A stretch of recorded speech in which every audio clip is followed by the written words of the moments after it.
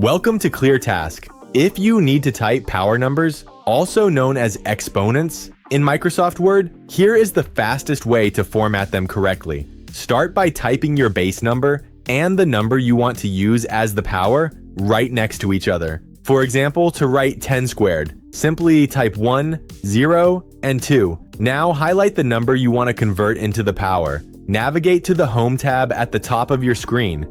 Look inside the font group and click on the superscript icon, which looks like an X with a small 2 above it. Your highlighted number will immediately move up and become an exponent. Keep in mind that if you continue typing right away, your new text will still be in superscript. To return to normal typing, simply click that same superscript icon again to turn it off. For an even faster workflow, you can use a keyboard shortcut, highlight the number just like before, then hold down Ctrl and Shift and press the equals key at the same time. The number will instantly become a power. To switch back to standard text, press Ctrl Shift and the equals key one more time.